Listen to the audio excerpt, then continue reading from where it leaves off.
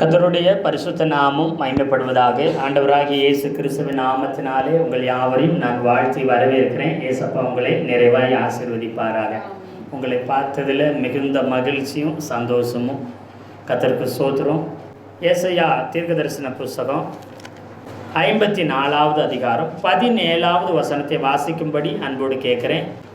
உனக்கு விரோதமாய் உருவாக்கப்படும் எந்த ஆயுதமும் வாய்க்காதே போதும். பாருங்க, இந்த வசனத்துக்கு ஒரு டிக்ஷனரியில் விளக்கம் கொடுக்குறாங்க. ஒரு வார்த்தைக்கு பல அர்த்தம் சொல்லுவாங்க, பல விளக்கம் கொடுக்குற மாதிரி இந்த வசனத்துக்கு விளக்கம் கொடுக்குறாங்க. எந்த ஆயுதமும் வாய்க்காதே போகும்னா 6 விதமான ஆயுதங்கள் வருமா. 6 விதத்தில் நமக்கு எதிரான ஆயுதத்தை பிசாசானவன் சாத்தானவன் கொண்டு வருவான். ஒன்று, மனுஷன் மூலமாக, மனிதர்கள் மூலமாக. உங்களுக்கு என்ன, மனுஷனுடைய செயல்பாட்டின் மூலமாக உங்களுக்கு ஆபத்து வரும். மனிதர்களை கொண்டு அவர்கள் மூலமாய் பிசாசானவன் சாத்தானவன் உங்களுக்கு விரோதமான ஆயுதத்தை கொண்டு வருவான். உங்களுக்கு ரொம்ப பிரியமானவங்களாக இருக்கலாம், உங்கள் பாசத்துக்குரியவங்களாக இருக்கலாம், உங்கள் அன்புக்குரிய நண்பர்களாக இருக்கலாம், சொந்த உறவுகளாக இருக்கலாம், சொந்த ரத்தங்களாக இருக்கலாம். அப்படி இருந்தாலும் அவங்க எதிர்பாராத விதமாக அவங்க மேலே நீங்கள் அவ்வளவு நம்பிக்கையும் மரியாதையும் வச்சுருந்தீங்க. அவ்வளவு அவங்க மேலே அவங்கள ஒரு பெரிய ஸ்தானத்தில் பெரிய உயரத்தில் வச்சு பார்த்தீங்க. அவங்கள அப்படி நீங்கள் மதிக்கிற, ரொம்பவும் நேசிக்கிற, உங்கள் மரியாதையும் மதிப்புக்கும் உரியவர்கள் உங்களுக்கு விரோதமாக திடீர்னு எழும்பிடுவாங்க. திடீர்னு உங்களுக்கு விரோதமாக பேசுவாங்க, உங்களுக்கு விரோதமான ஒரு சில காரியங்களை செய்வாங்க. அப்போது நீங்கள் நல்லா கவனிச்சுக்கோங்க. சாத்தானானவன் அவர்களை என்ன செய்கிறான்? உங்களுக்கு விரோதமாக திருப்பி விடுகிறான். உங்களுக்கு யார் என்ன சொன்னால் நீங்கள் காயப்படுவீங்க. யார் மூலம் பேசுனா மனசு உடஞ்சிடுவீங்க. யார் மூலம் பேசுனா நீங்கள் ரொம்ப சோர்ந்து கவலைப்பட்டு அழுவீங்க அப்படின்னு தெரிஞ்சு அவர்கள் மூலமாக, மனிதர்கள் மூலமாக உங்களுக்கு பிரச்சனைகளை கொண்டு வருவான். அப்படிப்பட்ட எதிரான வர்ற ஆயுதத்தை ஆண்டவர் வாய்க்காம போக பண்ணுவார். எத்தனை பேர் ஆமென் சொல்றீங்க? அல்லேலூயா. நீங்க ஒரு படி மேலே போய் இப்படிப்பட்ட பிரச்சனைகள், சொந்தமாக இருக்கலாம், உறவாக இருக்கலாம், நண்பர்களாக இருக்கலாம், தெரிஞ்சவங்களாக இருக்கலாம், ஒருவேளை தெரியாதவர்களாக கூட இருக்கலாம், உங்களுக்கு இப்படி விரோதமாக எழும்புறாங்கன்னா நீங்கள் ஒன்று மனசில் நினச்சிக்கோங்க. உங்களுக்கு ஆண்டவர் உயர்வையும் ஆசீர்வாதத்தையும் கொடுக்க போறார். இப்படிப்பட்ட கஷ்டமான சூழ்நிலை, இப்படி எதிராக மனுஷங்க எழும்புறாங்கன்னா கவலையே படாதீங்க. இயேசுநாதர் உங்களோடு கூட இருக்கிறார். அது ஒன்றும் உங்களை சேதப்படுத்தவே முடியாது. எத்தனை பேர் ஆமென் சொல்றீங்க? அல்லேலூயா சொல்லுங்களேன். இதை நினைச்சு நீங்க வருத்தப்படவோ கவலைப்படவோ சோர்ந்து போகவோ அவசியமே கிடையாது. வரட்டும், இன்னும் அதிகமாக வந்தாலும் நீங்கள் கலங்க வேண்டிய அவசியம் இல்லை. ஆண்டவர் இயேசு கிறிஸ்து வாக்கு கொடுக்கிறார், எந்த ஆயுதமும் வாய்க்காதே போகும். அல்லேலூயா சொல்லுங்களேன். உங்கள் எல்லைக்குள்ளே கூட வர முடியாத ஆயுதம், அது உங்களை தாக்க முடியாது, அது உங்களை நெருங்க முடியாது. அதை குறித்து கவலைப்படாதீங்க. நான் உன்னை பாதுகாத்துக்கிறேன்னு ஆண்டவர் சொல்லுகிறார். எத்தனை பேர் ஆமென் சொல்கிறீங்க? 2வது பார்த்தீங்கன்னா தெய்வீக செயல். அதாவது என்ன சொன்ன, 2வது ஆண்டவராலேயே, கர்த்தராலேயே உங்களுக்கு ஆபத்து வரும். முதல்ல மனுஷன் மூலமாக ஆபத்தை பிசாசானவன் கொண்டு வருவான். 2வது ஆண்டவரே நமக்கு எதிராக, கர்த்தரே நமக்கு எதிராக எழும்பும்படிக்கு நம்மை ஒரு சில காரியங்களை செய்ய நம்மளை தூண்டி விடுவான். அதாவது என்னன்னா, செய்யக்கூடாத காரியங்களை சாத்தானானவன் நம்மளை செய்ய வைப்பான். மற்ற மனுஷனங்களை தூண்டி விட்டு நம்மளை உடைப்பான், நம்மளை காயப்படுத்துவான், நம்மளை வேதனைப்படுத்துவான். அடுத்து நம்ம செய்யக்கூடாத காரியங்கள் நம்மளை செய்ய வச்சு ஆண்டவர், கர்த்தர் பாதுகாக்கிற ஆண்டவரை நமக்கு விரோதமாக திருப்பி விடுவான். இயேசுநாதருக்கு பிடிக்காத காரியங்கள் நம்மளை செய்ய வைப்பான். பைபிள் அப்படித்தான் என்ன செஞ்சிச்சுங்க, ஏசப்பாவோட ஆண்டவருடைய ஜனங்களை, கர்த்தருடைய ஜனங்களை விக்கிரக ஆராதனை பண்ணக்கூடாது. அந்த பண்டிகையில் போய் கலந்துக்கிற கூடாது. அது ஆண்டவருக்கு பயங்கர கோபம் வரும். அவர் மன்னிக்கவே மாட்டார். மற்ற திருவிழாக்களில் போய் பங்கெடுக்கிறதும் கலந்துக்கிறதும் அது மற்ற அப்படிப்பட்ட காரியங்கள் இருக்கிற உணவுகளை சாப்பிட்றதும் கர்த்தர் ஒரு நாளும் மன்னிக்கவும் மாட்டார், விடவும் மாட்டார். அது அவருக்கு பிடிக்காத காரியம். அப்படி ஒரு காரியத்தை இந்த ஜனங்க போயிட்டாங்க. ஒருத்தனை வச்சு சாபம் போட பார்க்குறான், ஒரு குறி சொல்கிறவன், ஒரு தீர்க்க தரிசனம் சொல்கிறவன், நடக்க போகிறத முன்னாடி சொல்கிறவன், அவன் மூலமாக இந்த ஜனங்களை சாபம் போடு சாபம் பண்ண சாபம் போடவே ஆண்டவர் விடலை. ஆனால் அவன் சொல்கிறான், இவன் இந்த ஜனங்களை கர்த்தர் பாதுகாக்கிறாரு, கடவுளே கூட இருந்து பாதுகாக்கிறனால எந்த மனுஷனாலும் இவங்களை சாபம் போடவும் முடியாது, இவங்களுக்கு கெடுதல் வரவும் முடியாது. அப்போ இவங்களை அடிக்கிறது யார்? இவங்களுக்கு கெடுதல் வரணும், என்ன செய்யணும்? இவங்களை ஏசப்பாவுக்கு கர்த்தருக்கு விரோதமாக திருப்பி விடணும். நான் சொல்ல உங்களுக்கு புரியுதுங்களா? கர்த்தரை கோபப்படுத்தணும். இன்னைக்கு சர்ச்சுக்கு வரவங்க, ஏசப்பாவை தேடுற பிள்ளைங்க எப்படி ஏசப்பாவை கோபப்படுத்த முடியும்? திடீர்னு ஒரு சிலர் கெட்ட வார்த்தை பேசிடுவாங்க. கெட்ட வார்த்தை ஒன்றும் உங்கள் வாயிலிருந்து புறப்படாது இருப்பதாகன்னு வசனம் இருக்குது. அப்போ கெட்ட வார்த்தை வந்துச்சுன்னா யாருக்கு கோபம் வரும்? கர்த்தருக்கு ஏசப்பாவுக்கு பிடிக்குமா? பிடிக்காது. உங்களை கெட்ட வார்த்தை பேசுகிற அளவுக்கு உங்கள் குடும்பத்தில் உள்ளவங்க, அக்கம் பக்கத்தில் உள்ளவங்க உங்களை நெருக்குவாங்க, பயங்கரமாக கோபம் முட்டுவாங்க, வெறியேற்றுவாங்க.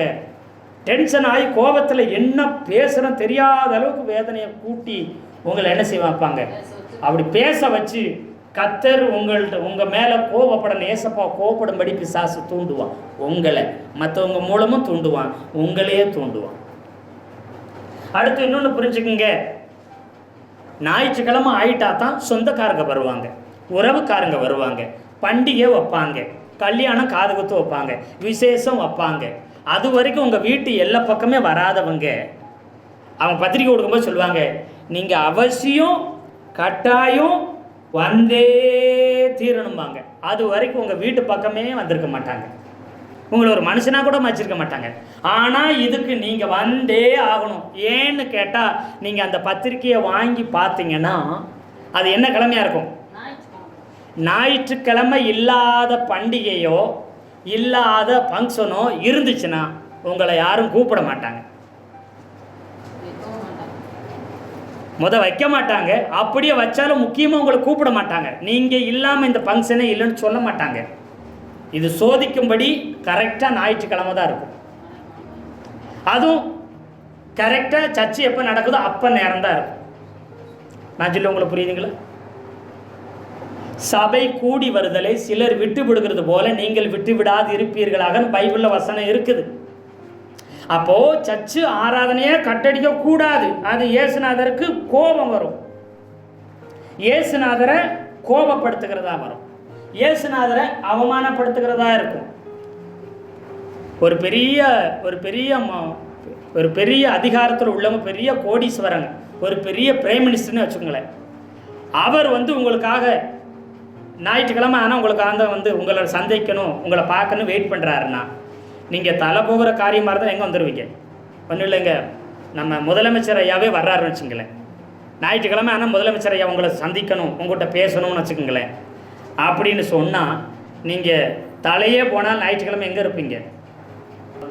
இல்லைங்க, எனக்கு வேலை இருந்துச்சுங்க, எனக்கு ஃபங்க்ஷன் இருந்துச்சுங்க, நான் வர முடியல, நாளைக்கு பார்த்துக்கலாம் அப்படி சொல்லுவீங்களே?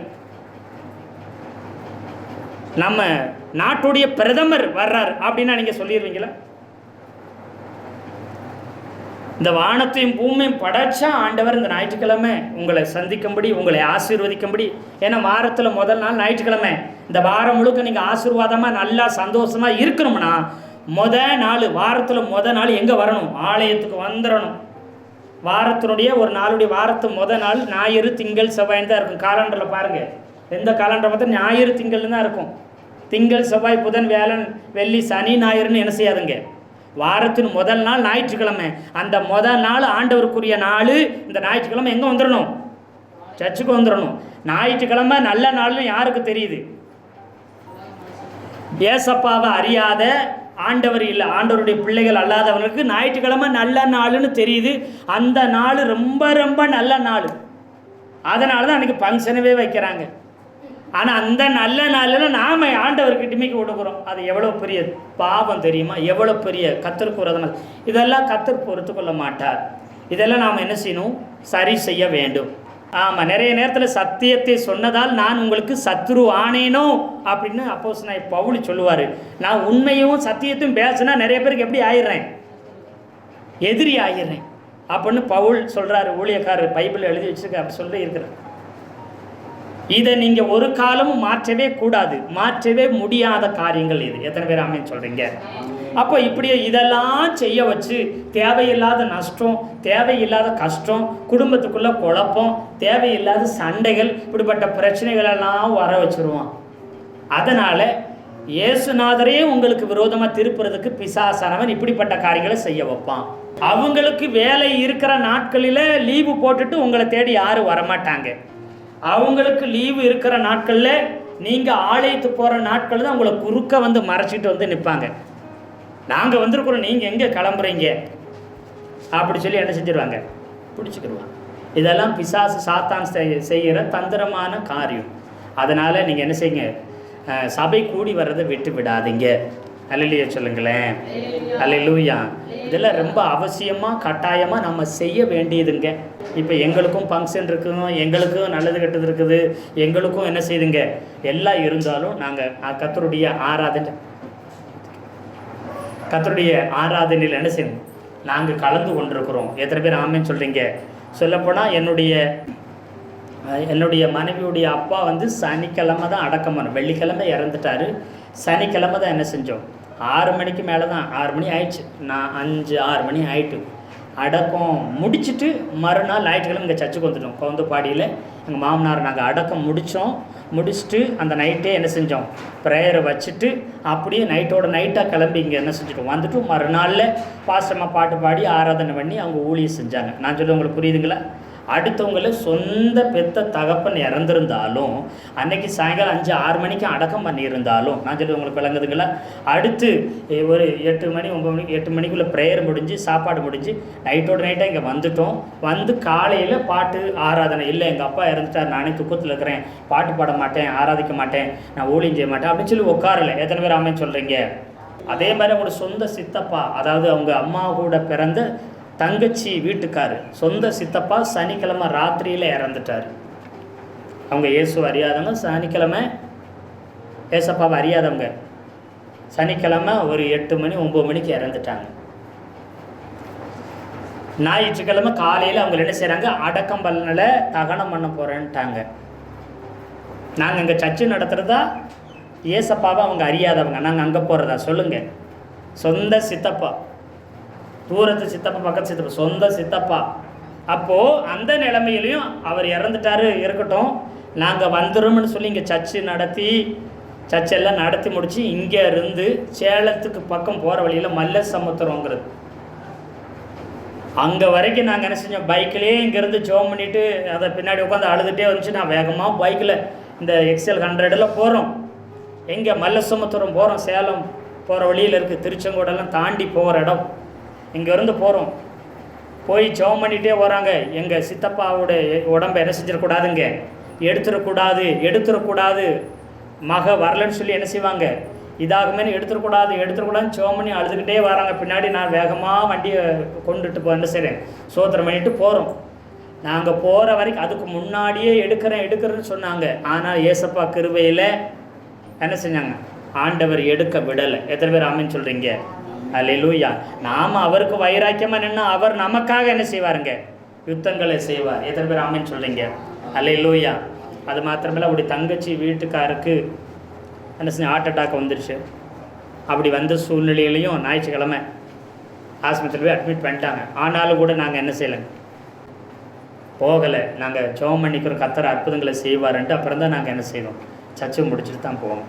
ஏன் இதை சொல்லணும்னா, எங்கள் வாழ்க்கையிலே இவ்வளவு நெருக்கம், சொந்த உறவுக்குள்ளே, சொந்த ரத்தத்துக்குள்ளே பெற்றவங்களுக்கு இப்படிப்பட்ட காரியங்கள் எல்லாம் நடந்த போதும் நாங்கள் ஏன் வைராக்கியம் இருந்தோம், இயேசுநாதருக்கும் முதல் இடத்தை கொடுத்தோம். எத்தனை பேர் ஆமென் சொல்கிறீங்க?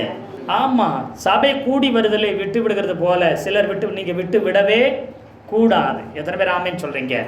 அப்போது அவ்வளவு அதிக முக்கியம். ஏங்க அப்படி ஞாயிற்றுக்கிழமை ஆராதனை, அப்படி ஊழியம் ரொம்ப முக்கியமா? ஆமாம்,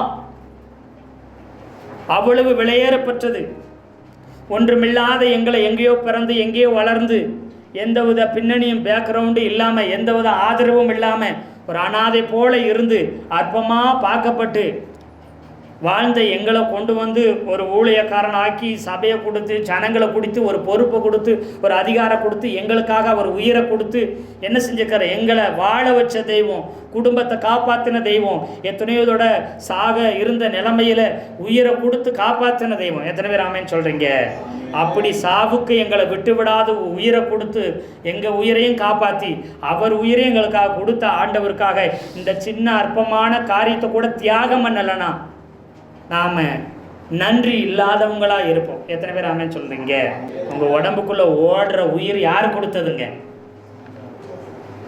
அவர் மட்டும் விட்டுருந்தா உங்கள் உயிர் போயிருக்கும். உயிர் போயிருந்தா உறவுக்கு போயிருப்பீங்களா? ஃபங்க்ஷனுக்கு போயிருப்பீங்களா? உயிர் இருந்தால் தானே ஃபங்க்ஷனுக்கு போகும். உயிர் இல்லாமல் போயிருந்தா போகணும் அவசியம்தான். ஆனால் சொல்லிடுங்க, இந்த பாருங்க, ஞாயிற்றுக்கிழமையானா எனக்கு முதல்ல என் ஆண்டவர் தான், ஏசப்பா தான், அங்கே போவேன், சர்ச்சுக்கு போய் ஆராதித்து முடிச்சுட்டு தான் எங்கே வருவேன், நான் ஃபங்க்ஷனுக்கு வருவேன். எனக்கு உறவை விட உயிரை விட எல்லாத்த விட இயேசுநாதரும் அவருடைய ஆலயம் தான் முக்கியம் என்று சொல்லணும். எத்தனை பேர் ஆமேன்னு சொல்கிறீங்க? அப்போது உங்களை யாரும் கூப்பிட மாட்டாங்க. எங்களை யாரும் ஏன் கூப்பிட்றதில்ல? எல்லாத்த விட யார் தான் முக்கியம்? ஏசப்பாவும் அவர் கொடுத்த ஊழியமும் ஆராதனையும் தான் முக்கியம்னு தெரிஞ்சனால அன்னைக்கு எங்களை கூப்பிட மாட்டாங்க. அப்படியே ஆனாலும் அதை முடிச்சுட்டு தான் வருவோம்னு சொல்லி இருப்பாங்க. இப்படி நாம் கர்த்தருக்காக வைராக்கியம் பாராட்ட வேண்டும். இப்படி எதிரான காரியத்தை கர்த்தருக்கு விரோதமாக, ஏசப்பாவுக்கு விரோதமாக பிசாசு நம்மளை திருப்ப பார்ப்பான். காப்பாற்றுற ஏசப்பாவே நமக்கு எதிராக வந்தால் என்ன ஆகும்? சொல்ல புரியுதுங்களா? அதனால் இதற்காக நாம் ஒரு நாள் இடம் கொடுக்கவே கூடாது. அடுத்ததாக மூணாவது பார்த்தீங்கன்னா, இயற்கையால் நமக்கு ஆபத்து வரும். இயற்கையினால் திடீர்னு பார்த்தா என்ன செஞ்சோம், மழையாலேயோ புயலாலேயோ ஏதோ ஒரு காரணத்தால் உங்களுக்கு என்ன வருங்க, ஆபத்துகள் வரும். அப்படிப்பட்ட ஆபத்துகளும் ஆண்டவர் வரவிட மாட்டார். ரெண்டாவது இயேசுநாதர் சொல்லிட்டாரு, எனக்கு விரோதமாக என்ன கோபப்படுத்துகிற மாதிரி காரியங்களை எதுவும் ஒன்றை செய்ய விடாமல் நான் தடுத்துருவேங்கிறாரு. எத்தனை பேர் ஆமேன்னு சொல்கிறீங்க? மனுஷங்க உங்களுக்கு விரோதமாக வர்றதையும் தடுத்து நிறுத்திடுவேன். ரெண்டாவது, என்னை கோபப்படுத்துகிற காரியத்தை நீங்கள் செஞ்சு நான் உங்கள் மேலே கோபப்படும்படிக்கான காரியங்களை இனிமேல் உங்களை செய்ய விட மாட்டேன், நான் தடுத்து நிறுத்திடுவேங்கிறாரு. ஒரு நாள் உங்களுக்கு விரோதமாக நான் வரவே மாட்டேன், அதற்கு உங்களை விரோதமாக செய்யப்படவே விட மாட்டேன்னு சொல்கிறார். மூணாவது, இயற்கை. மழையோ காற்றோ புயலோ ஏதோ ஒரு காரியம் தற்செயலாக நடந்த மாதிரி இருக்கும். திடீர்னு போயிருப்பேன், கல் தட்டு விழுந்த மாதிரி இருக்கும். திடீர்னு போய் ஒரு காற்றடிச்ச மாதிரி படக்குன்னு கீழே சரிஞ்சு விழுந்த மாதிரி இருக்கும். இப்படி இயற்கையால் எந்த அழிவும் எந்த சேதமும் உங்களுக்கு வரவிட மாட்டார். எத்தனை பேர் ஆமேன்னு சொல்கிறீங்க? அல்லேலூயா சொல்லுங்களேன். ஆமாம், இயற்கையாக நடந்துருச்சுங்க, திடீர்னு ஏதோ நடந்துச்சு. அப்படிப்பட்ட காரியங்களை ஒரு நாள் உங்கள் குடும்பத்துக்கெல்லாம் ஆண்டவர் அணுக விடவே மாட்டார். பாருங்கள், இயேசுநாதர் மார்க் எழுதின சுவிசேஷத்தில் 4வது அதிகாரத்தில் 35 41 வசனத்தை நீங்கள் குறிச்சுக்குங்க. இயேசுநாதர் படகுல இருக்கிறாரு, வாங்க அக்கறைக்கு போவோன்னு சொல்லி கடல் என்ன செய்யறாங்க, படகுல ஏறி போகிறாங்க சீசரோடு கூட. காற்று வருது, புயல் வருது, அலை வருது, எல்லாமே வருது. என்ன பண்ணுறது தெரியல, தூங்கிட்டு இருக்கிறாரு. அப்புறம் நாங்கள் செத்து போயிடுவோம் போல, உங்களுக்கு கவலை இல்லையா, அப்படி தூங்கிட்டு இருக்கிறீங்களே ஆண்டவரேன்னு சொல்லி எழுப்பி விட்டா அவர் பார்க்குற காற்றையும் கடலையும் பார்த்து, இறையாத அமைதலாய் இருன்னு சொன்னார். எத்தனை பேர் அமைச்சு சொல்றீங்க? ஆமாம், சோத்திரம். ஆண்டவர் அதை தடுத்து நிறுத்தினார், அற்புதங்களை செய்தார். ஏன் இப்படிப்பட்ட புயலும் காற்றும் வந்துச்சுன்னா, மார்க் 5:2 ஒருத்தர் வாசிங்க. அவர் படகிலிருந்து இறங்கின உடனே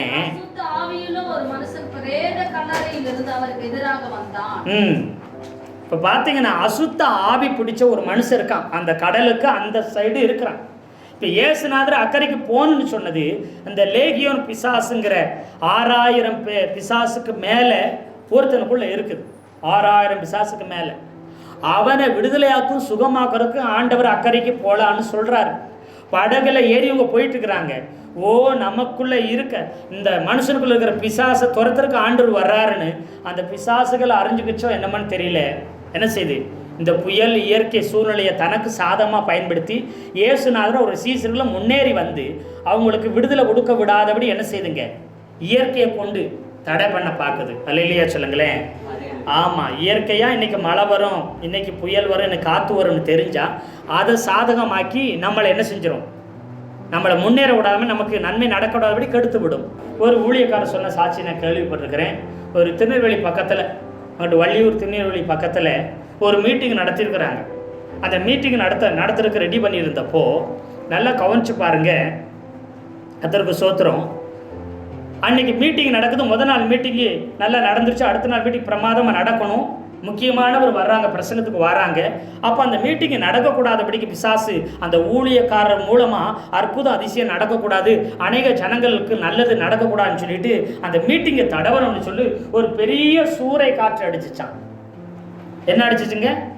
ஒரு பெரிய சூறைக்காற்று வந்து திடீர்னு ஒரு சூறைக்காற்று அடித்து அந்த டிரான்ஸ்பாரமெல்லாம் என்ன செஞ்சிச்சுங்க? பீஸ் அடிச்சு போயிடுச்சு. வயரெல்லாம் கட்டாய் விழுந்துருச்சு. வயரெல்லாம் என்னாச்சுங்க? கட்டாய் விழுந்துருச்சு. சரின்னு சொல்லிட்டு ஜென்ரேட்டர் இருந்துச்சு அந்த சர்ச்சில். ஜென்ரேட்டர் ஓட்டலாம்னு பார்த்தா இந்த டீசல் வாங்க போனவங்க வர முடியலையே. வர்ற வழியில் அவங்களுக்கு பெரிய பயங்கரமான மழை பெய்தான், காற்றோட மழை பெய்தான். அவங்க டீசல் வாங்கிட்டு வர்றவங்களாலே வர முடியலையா. ஒரு பக்கம் டிரான்ஸ்பாரம் பீஸ் ஆகி போச்சு, கம்பியெல்லாம் இதாகி போச்சு, அருந்து விழுந்துருச்சு. இன்னொரு பக்கம் என்னாச்சு, ஜென்ரேட்டர் போட்டு அந்த மீட்டிங்கை நடத்தலாம்னு பார்த்தா டீசல் வாங்க போன ஆளுக்கு வர முடியாது. மழையும் காற்றும் பயங்கரமாக இருக்குது, எங்களால் வர முடியலன்னு சொல்கிறாங்க. அன்றைக்கி அங்கே மீட்டிங்கு நடக்கக்கூடாது. அங்கே நிறைய பேர் அசுத்த ஆவியினால் பிடிக்கப்பட்டு அங்கே அவங்களேருந்து விடுதலை ஆகணும். அந்த ஊரில் அதிகமாக அசுத்த ஆவி போராட்டம் இருக்குது. அதில் விடுதலை ஆகக்கூடாது, அந்த ஊழியக்காரர் பயன்படக்கூடாதுன்னு சொல்லி. ஆனாலும் இருக்கிற லைட்டுகளை எல்லாத்தையும் இது பண்ணி நான் என்ன செய்கிறேன், சத்தமாக பேசுகிறேன். மீட்டிங் என்ன செய்கிறேன், நான் சத்தமாக பேசுகிறேன். நீங்கள் இருக்கிற லைட்டுகளை எல்லாத்தையும் கொண்டு வந்து இது பண்ணி எப்படியா இருந்தாலும் என்ன செஞ்சிடலாம், மீட்டிங்கை நடத்தலாம் என்று சொல்லி அவர் என்ன செய்கிறார், நல்லா ஜெபம் பண்ணுறாரு. நல்லா ஜெபம் பண்ணி எல்லோரும் ஜெபம் பண்ணுங்க சொல்கிறாரு. ஜெபம் பண்ணும்போது அந்த புயல் காற்று சூறை காற்று இது நின்று போச்சு. அது மாத்திரமேல திடீர்னு பார்த்தீங்கன்னா அங்கே மழையும் அங்கே என்ன செஞ்சுங்க, புயல் காற்று வந்துச்சு பார்த்தீங்களா, அதுவும் என்ன செஞ்சு நிறுத்தப்பட்டுச்சு. உடனே அவங்க என்ன செய்தாங்க, அவசர அவசரமாக வண்டி எடுத்து வேகமாக என்ன செய்தாங்களாம், வந்தாங்களாம். வண்டி எடுத்து கொண்டு வந்து அந்த டீசல் ஊற்றி அப்புறம் என்ன செஞ்சு ஜென்ரேட்டர் ஸ்டார்ட் பண்ணி என்ன செஞ்சாங்களாம்.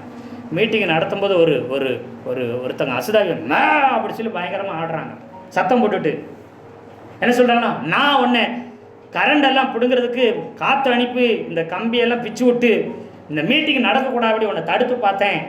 அப்போ ஜென்ரேட்டரில் டீசல் ஊற்றி இந்த மீட்டிங்கை நடக்கக்கூடாதுன்னு அப்பயும் தடுத்து பார்த்தேன். நீ எல்லாத்தையும் தாண்டி நீ உன் வேலையை காமிச்சிட்ட, நீ செஞ்சுட்ட பார்த்தியா அப்படி சொல்லி அது பயங்கரமாக சொல்லிதான், கத்தி பேசுதான் அந்த அசுத்தாவி. இயேசுவ நாமத்தில் போ அப்படி சொல்லி அவர் என்ன செய்தாராம், கட்டிலிட்டு அதை அலறிக்கிட்டு ஓடிடுச்சான். நிறைய பேர் பேய் பிசாசு பிடிச்சவங்க ஆடி பயங்கரமாக ஆடி வீச்சுன்னு சவுண்ட் விட்டுட்டு எல்லாம் கதறிக்கிட்டு ஓடிச்சான். இப்படி நம்மை ஆசீர்வதிக்க கூடாதபடிக்கு நமக்கு நன்மை நடக்கக்கூடாது. விவசாயம் செஞ்சுருப்போம், அறுவடை செய்யப்போம், திடீர்னு என்ன செஞ்சிடும், மழை பெஞ்சு வெள்ளம் வந்து என்ன செஞ்சு திடீர்னு அந்த வயலுக்குள்ளே போயிருக்கும்.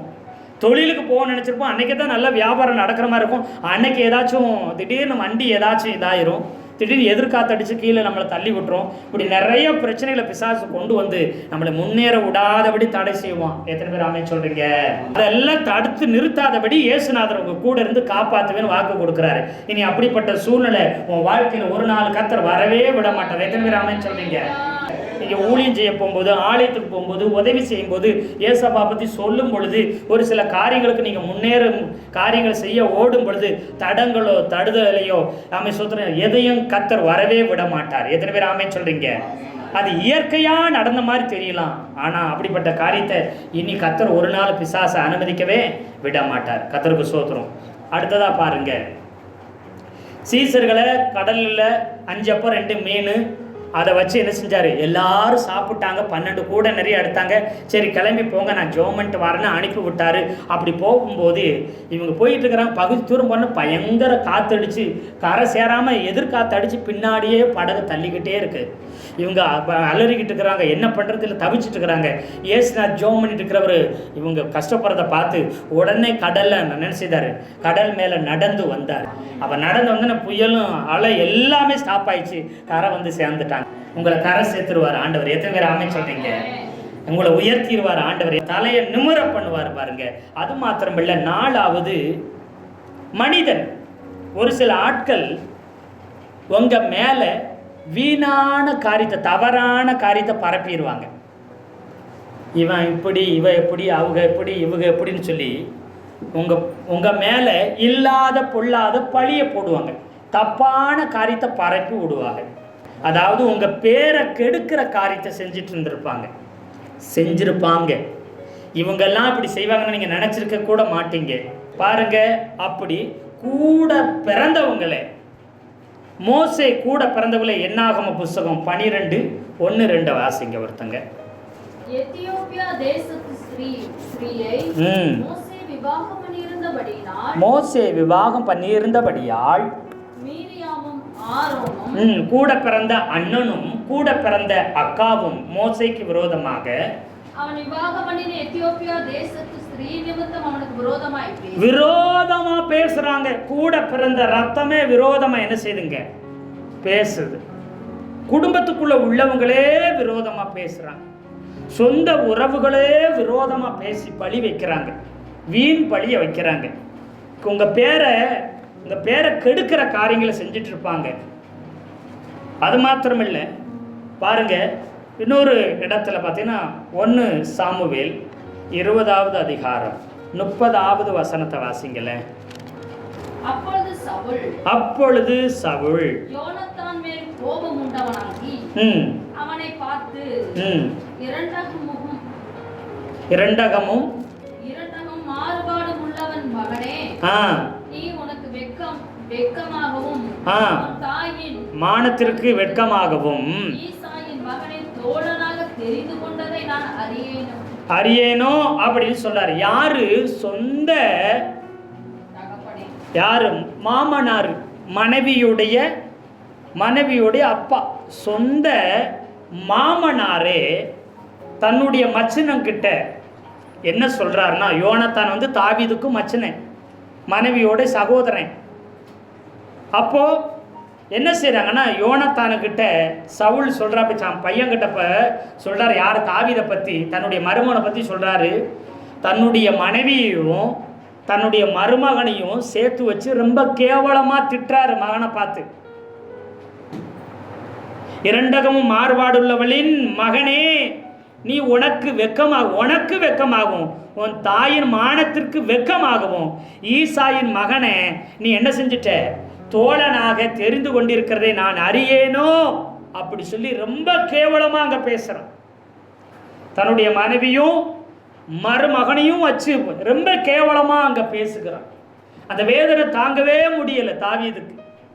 தனக்கு தாயை போல இருக்கிற ஒரு தாயை போய், ஒரு மாமியாரை போய் தன்னுடைய மாமனார் எப்படி பேசுகிறார்?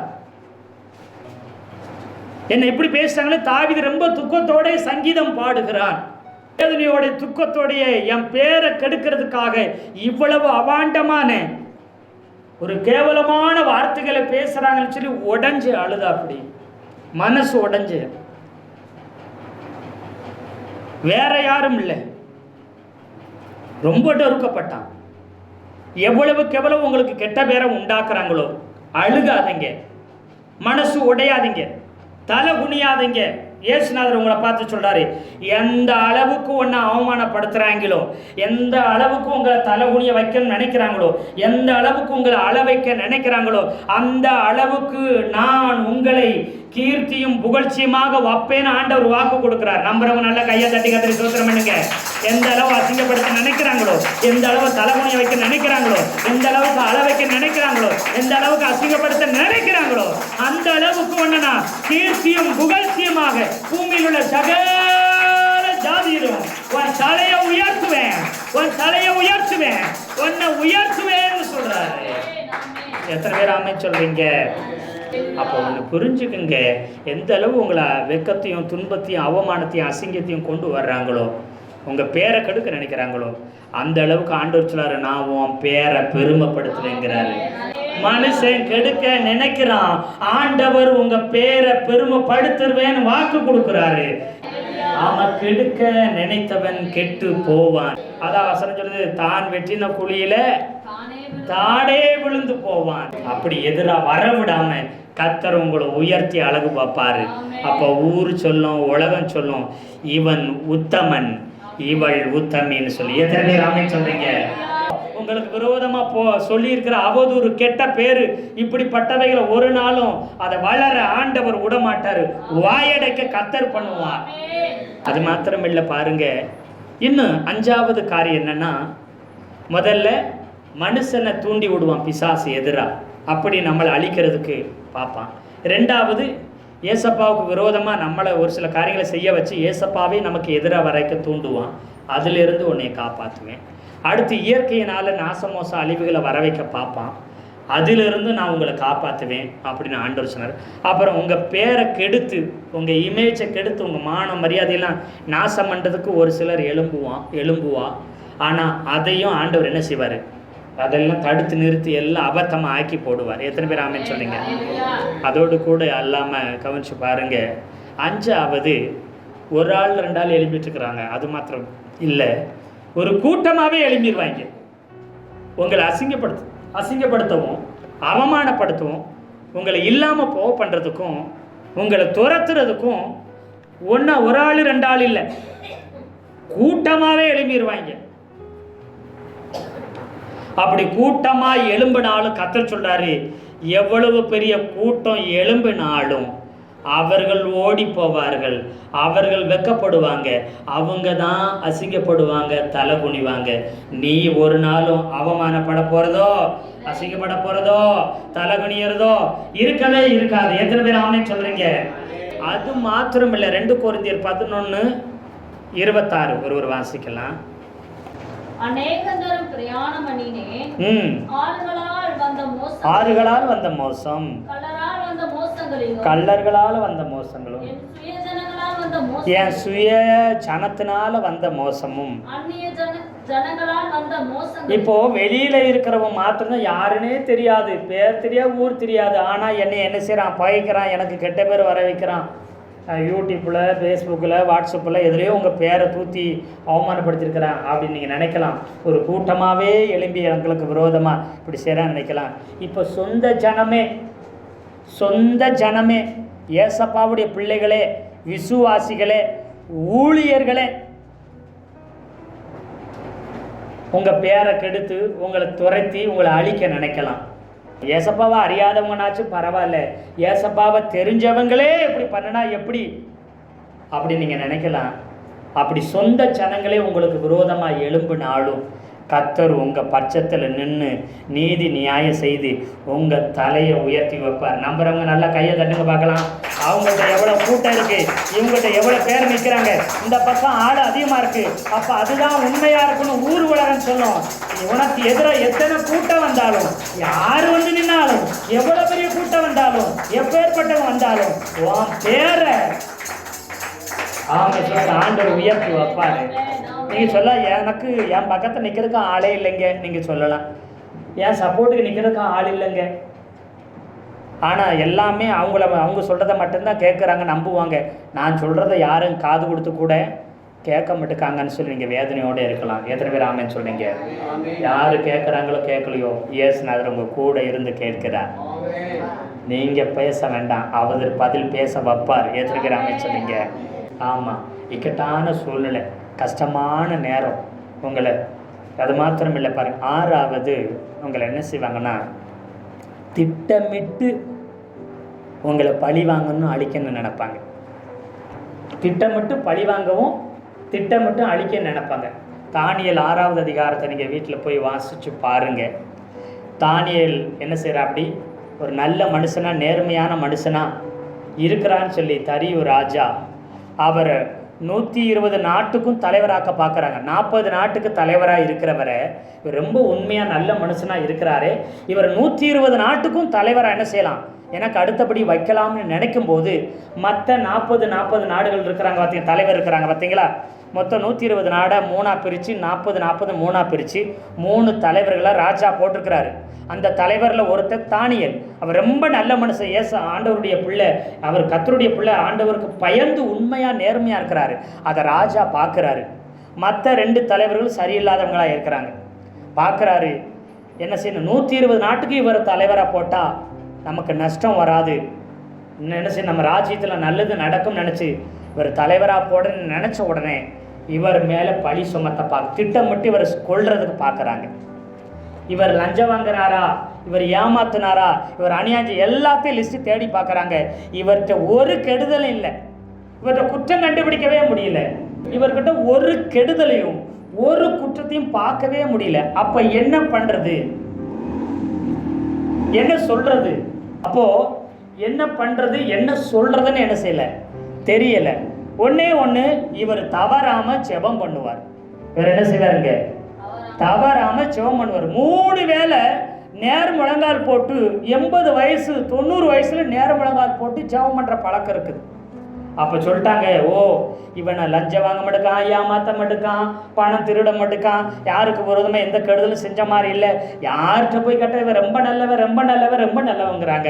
இவனுக்கு ஒரு கெடுதல் வர வைக்கணும். இவங்க தெய்வத்தை காலையிலையும் மாலையிலையும் இரவுலன்னு சொல்லி 3 வேளை நேர முழங்கால் போட்டு என்ன செய்கிறான், ஜெபம் பண்ணுறான். ஒரு யோசனை பண்ணுறாங்க, திட்டம் போட்டு என்ன செய்கிறாங்கன்னா, திட்டம் போட்டு ஒரு காரியம் சொன்னாங்க. என்ன செஞ்சாங்க தெரியுமா? ராஜாவே 1 மாதம் அளவுக்கும் எந்த தெய்வங்களையும் கும்பிடக்கூடாது. அப்படியே கும்பிட்டா ராஜாவை பேர் சொல்லி ராஜாவை தான் கும்பிடணுமா, மனுஷனை உயிரோடு இருக்கிறவனை தான் கும்பிடணும், வேற எந்த தெய்வங்களையும் கும்பிடக்கூடாது. அப்படி ஒரு சட்டம் போட்டுருவோம். அப்படி சட்டம் போட்டு முத்திரை வச்சுருவோம். அப்படி யாராச்சும் மீறி செஞ்சாங்கன்னா அவங்கள சிங்கக்கவியில் போட்டு என்ன செஞ்சிடணும், உயிரோட சிங்கக்கவிக்குள்ளே போட்டுருவாங்க. சிங்கங்கள் நிறைய இருக்கும், அதுக்குள்ளே உள்ளே தூக்கிடுறாங்க, குகைக்கு அந்த இதுக்குள்ளே போட்டுருவாங்க. சிங்கம் இருக்கிறத தூக்கி போட்டுருவாங்க. சிங்கம் உயிரோட கிழிச்சு கொண்டு சாப்பிடும். இப்படி பண்ணணும்னு சொல்லி ஒரு பிளான் பண்ணிட்டாங்க. இது யாருக்காக சட்டம் போட்டாங்க? இந்த தானியேலை கொல்றதுக்காக மட்டும்தான். அல்லையா சொல்லுங்களேன். ஆனால் அவர் எப்பயும் போல 3 வேளை ஜெபம் பண்ணுறாரு. சன்னலை திறந்து வச்சுக்கிட்டு ஜெபம் பண்ணுவார். எப்பயுமே சன்னலுக்கு திறந்து சன்னலுக்கு நேரம் முழங்கால் போட்டு அவன் தன்னுடைய சொந்த நாட்டுக்கு நேராக தேவாலயம் இருக்கிறதுக்கு நேராக திசை திரும்பி எப்பயும் போல ஜெபம் பண்ணார். பார்த்தாங்க, கையங்காலமாக பிடிச்சி தூக்கிட்டு போய் ராஜா கிட்ட சொன்னான். ராஜா அவனை காப்பாற்ற பார்க்குறாரு. ராஜாவாலதே சட்டத்தை மாற்றவே முடியல. கொண்டு போய் இவரை உயிரோட தூக்கி என்ன போடுறாங்க, சிங்கங்கள் நிறையா இருக்குது, பட்டினி பசியமாக போட்டு வச்சுருப்பாங்க, உள்ளே தூக்கி போடுறாங்க. ஒரு நாள் இரவு முழுவதும் உள்ளே கிடக்கிறார் கவிக்குள்ளே. மறுநாள் ராஜாவுக்கு விடிய விடிய தூக்கம் இல்லை. ஏன்னா தானியேலை போல ஒரு நல்ல மனுஷன் யாருமே கிடையாது. அவருக்கு தெரியும் இவர் பழி வாங்கிறதுக்கு தான் இப்படி செய்கிறாங்கன்னு அவருக்கு தெரிஞ்சிருச்சு. சட்டத்தை அவராலேயும் மாற்ற முடியல. காலையில் வேகமாக ஓடி போய் தூயார சத்தமாய் தானியேலே அப்படிங்கிற ராஜா அழுகாத குறையா 120 நாடு சொல்லப்போனால் முழு உலகத்துக்கு ராஜாவே அந்த ஒத்த தானியேலுங்கிற மனுஷனுக்காக ஓடி போய் சிங்கக்கவி வாசலன்னு கல்லை புரட்டுன்னு சொல்லி அழுகையோடு பெருமிச்சோடு வேதனையோடு கூப்பிடுறாரு. ஆம் ராஜாவே, ஆண்டவர் என்னை காப்பாற்றி உயிரோட வச்சிருக்கிறேன்னு சொல்றாரு. எத்தனை பேர் ஆமென் சொல்றீங்க? ஒரு தேவ தூதனை இறங்கி வந்து எல்லா சிங்கத்தின் வாயையும் ஆண்டவர் கட்டி போட்டு விட்டார். நான் சிங்க கவிக்குள்ள உள்ள விடுகிறதுக்கு முன்னாடியே தேவ தூதனை அனுப்பி எல்லா சிங்கத்தின் வாயையும் அவர் கட்டி போட்டதுனால அது வாயை திறக்கவும் இல்லை, என்னை தொடவும் இல்லை என்ற அளவுக்கு பத்திரமாய் பாதுகாப்பாக இருந்தார். உயிரோட வெளியே தூக்குனாங்க, ஒரு கீறல் கூட இல்லை. எத்தனை பேர் ஆமென் சொல்றீங்க? அல்லேலூயா. உனக்கு ஒரு கெடுதல் வரணும்னா அதுக்கு முன்னாடியே ஆண்டவர் அந்த இடத்துல இறங்கி வந்து நிற்பாரு. எத்தனை பேர் ஆமென் சொல்றீங்க? உனக்கு கெடுதல் நினைக்கிறதுக்கு முன்னாடி ஆண்டவர் அதுல இருந்து காப்பாத்துற வழியை ஆண்டவர் உண்டு பண்ணி வச்சிருப்பார். அப்புறம் பார்த்தாங்க, எவெல்லாம் கம்ப்ளைண்ட் பண்ணானா அவன் மனைவி அவன் பிள்ளைங்க எல்லாத்தையும் பிடிச்சி கட்டி உள்ளே போட்டா அவங்க கீழே போய் தரையை தொடுறதுக்கு முன்னாடி சிங்கங்கள் எல்லாம் பாஞ்சு அவங்க எலும்பு கூட மிச்சம் வைக்காம தின்னு போட்டது, உயிரோட ஒன்று தின்னு போட்டது. எத்தனை பேர் ஆமென் சொல்றீங்க? அல்லேலூயா. நன்மையை விதைத்தவன் நன்மையா இருப்பான், குழியை வெட்டினவன் குழியில விழுவான். உனக்கு விரோதமா எந்த திட்டமிட்டு சதியோசனை பண்ணினாலும் சரி, உனக்கு விரோதம் வாய்க்க விட மாட்டேன், நான் முன்னாடி வந்து நிப்பேன். ஆண்டவர் வாக்கு கொடுக்கிறார். ஏசப்பா உனக்கு வாக்கு கொடுக்கிறாரு. யாராலையும் முடியாது, எந்த அரசனாலையும் முடியாது, எந்த ஆளுகை செய்றவனாலும் முடியாது, எந்த ஜனம் பெருத்தவனாலும் முடியாது, எவ்வளவு பெரிய அனுபவம் உள்ளவனாலும் முடியாது, யாராலையும் முடியாது என்று சொல்லி கர்த்தர் சொல்கிறார். உனக்கு விரோதமாக எழும்புற ஆயுதம் எந்த காலத்திலும் வாய்க்காது. நீ உயிரோடு இருக்கிற வரைக்கும் எந்த ஆயுதமும் வாய்க்காது போகாது. நான் உனக்கு முன்னே வந்து நிற்பேங்கிறார் ஆண்டவர். கர்த்தர் தாமே இந்த வார்த்தையில கொண்டு நாம் ஒவ்வொருத்தரையும் ஆசீர்வதிப்பாராக. ஆமென்.